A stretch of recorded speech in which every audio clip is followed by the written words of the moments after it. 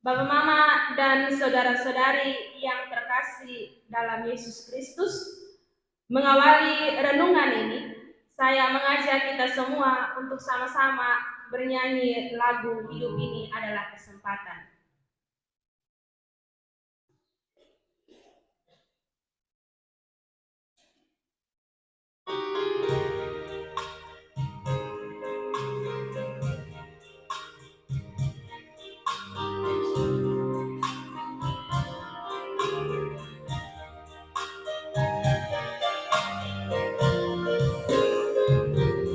Hidup ini adalah kesempatan. Hidup ini untuk melayani Tuhan. Jangan sia-siakan waktu yang Tuhan beri. Hidup ini adalah sementara.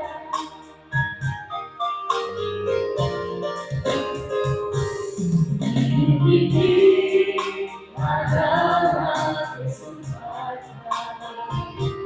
Hidup ini untuk melayani Tuhan. Jangan sia-siakan waktu yang Tuhan beri. Hidup ini harus jadi berkah. Oh Tuhan, adalah hidupku, selagi aku masih kuat. Bila saatnya nanti tak berdaya lagi, hidup ini sudah jadi berkah.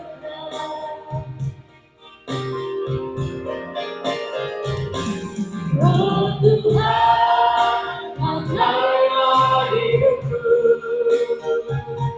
selagi aku masih kuat.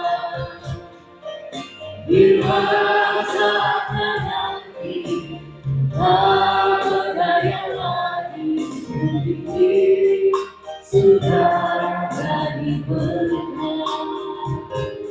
Hidup ini sudah jadi berkah.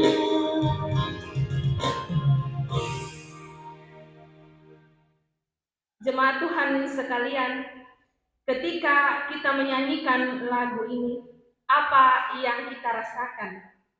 Biasa-biasa saja?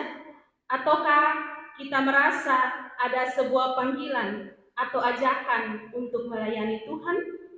Lagu ini memang sedang mengajak kita untuk memaknai hidup sebagai sebuah kesempatan untuk melayani Tuhan. Sebab hidup kita ini terbatas, kita ada bukan sekedar ada, melainkan kita ada karena Tuhan memberi hidup kepada kita.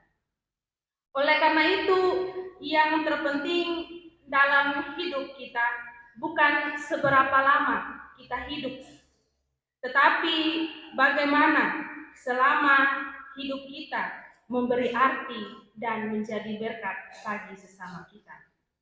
Bukan soal apa jabatan kita, tetapi seberapa kesungguhan dan kesetiaan kita untuk melakukan yang terbaik melalui jabatan kita.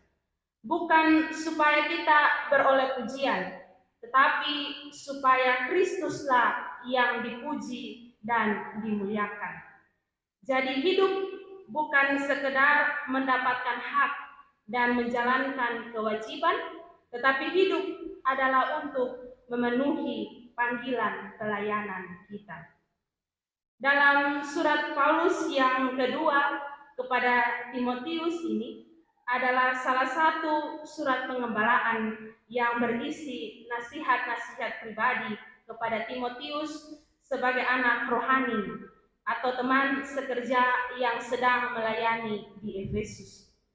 Sebagai orang tua rohani, Paulus merasa perlu menasihati Timotius yang terbilang masih sangat muda tentang bagaimana seharusnya ia melayani atau menjalankan tugas sebagai hamba Tuhan. Paulus juga menasihati Timotius dengan serius agar Timotius memberitakan firman dalam segala waktu dan keadaan. Mengapa Timotius harus siap sedia untuk memberitakan Injil?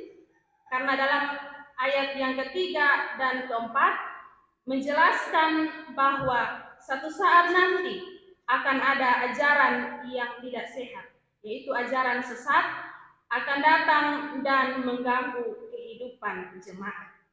Karena itu, cara untuk mengantisipasinya, Timotius harus selalu siap diri untuk memberitakan Injil apapun konsekuensinya. Bapak, Mama, dan saudara-saudari yang terkasih dalam Tuhan, Paulus juga menasihati Timotius untuk memenuhi panggilan pelayanan yang telah Allah percayakan kepadanya. Paulus menekankan beberapa hal untuk Timotius dan juga untuk kita semua. Yang pertama, dalam ayat 1 menjelaskan bahwa Kristus Yesus yang akan menjadi hakim. Oleh karena itu, pelayanan kita dikerjakan dengan setia. Bukan untuk menyenangkan manusia, bukan untuk mau mencari nama, bukan untuk mau kasih tunjuk yang ini lebih hebat dari yang ini, sedangkan yang lain tidak hebat. Atau mau kasih tunjuk kalau dia lebih lama melayani, sedangkan yang ini baru melayani. Bukan seperti itu, tetapi semata-mata hanya untuk menyenangkan hati Tuhan. Yang kedua, panggilan kita adalah senantiasa memberitakan firman lewat perilaku hidup kita. Bagaimana perilaku hidup? Kita sudah sesuai dengan firman Tuhan, ataukah kita masih hidup sesuai dengan keinginan kita dan mengikuti hal-hal duniawi? Yang ketiga, kuasailah diri dalam segala hal, sabar dalam penderitaan, dan tunaikanlah tugas pelayanan. Timotius harus menegur yang salah, menasihati dengan sabar, dan memberikan pengajaran yang benar.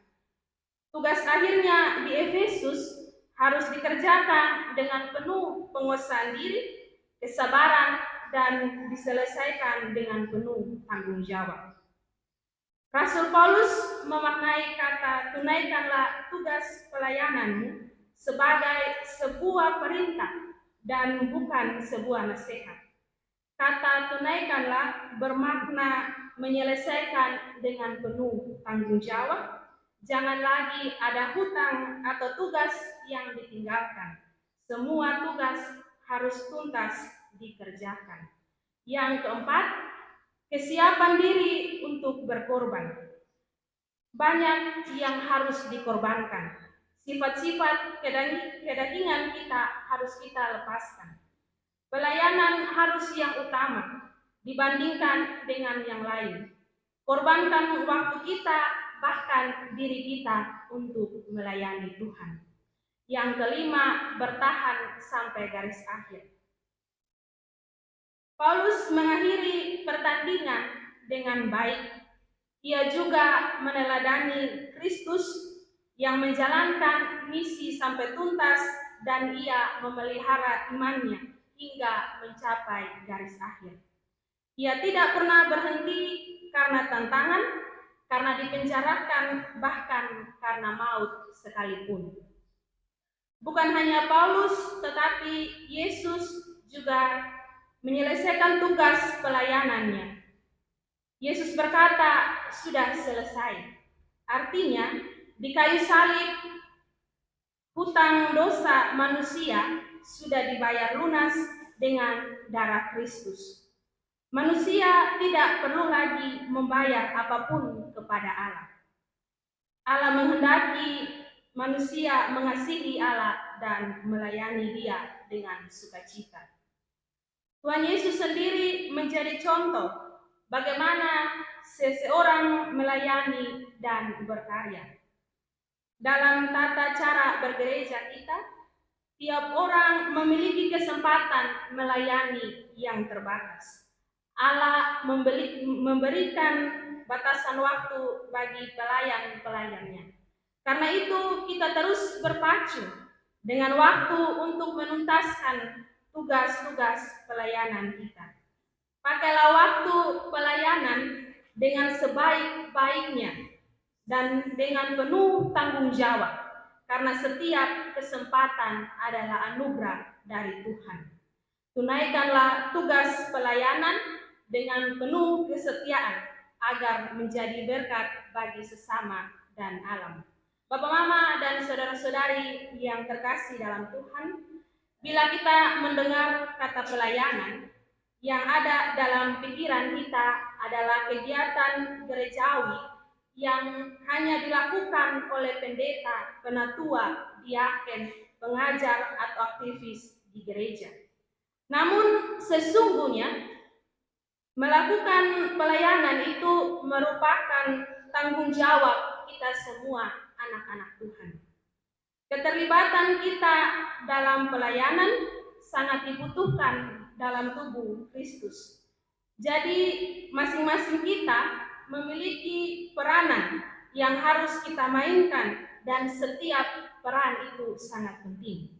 Tidak ada pelayanan yang kecil atau tidak penting bagi Tuhan. Tidak ada alasan bahwa ia masih muda jadi belum mau untuk melayani Tuhan. Ingat bahwa semua berharga di mata Tuhan. Pelayanan adalah inti dari kehidupan orang Kristen. Oleh karena itu, apapun pekerjaan atau profesi kita dan dimanapun Tuhan menempatkan kita untuk bekerja dan berkarya, biarlah keberadaan kita selalu menjadi berkat dan kesaksian bagi orang-orang di sekitar kita. Untuk itu pesan Paulus kepada Timotius ini juga menjadi peringatan bagi kita dalam menuaikan tugas pelayanan kita. Yaitu yang pertama, kita harus setia dan dalam melayani, dan ini merupakan salah satu hal yang harus selalu kita upayakan. Karena bukan satu hal yang mudah. Apalagi dalam pelayanan, kita diperhadapkan dengan berbagai persoalan dan tantangan. Dalam situasi ini, orang yang mudah tergoda untuk menyerah dan meninggalkan pelayanan tersebut. Karena itu, Paulus menganjurkan supaya pelayan-pelayan Tuhan selalu ada dalam sikap tahan uji dan sabar dalam menderita. Orang yang tahan uji dan sabar pasti akan tetap setia dalam melayani, dan akibat dari kesetiaannya itu ia akan mendapatkan mahkota kebenaran. Yang kedua, kita harus belajar dari Yesus. Kesetiaan Yesus menjadi teladan bagi kita semua hamba-hambanya, dimanapun kita bekerja dan melayani. Apapun tantangan dan persoalan yang kita hadapi dalam pelayanan, belajarlah dari Yesus yang tetap setia sampai akhir pelayanan. Yang ketiga, berdoa dan meminta pertolongan pada Tuhan.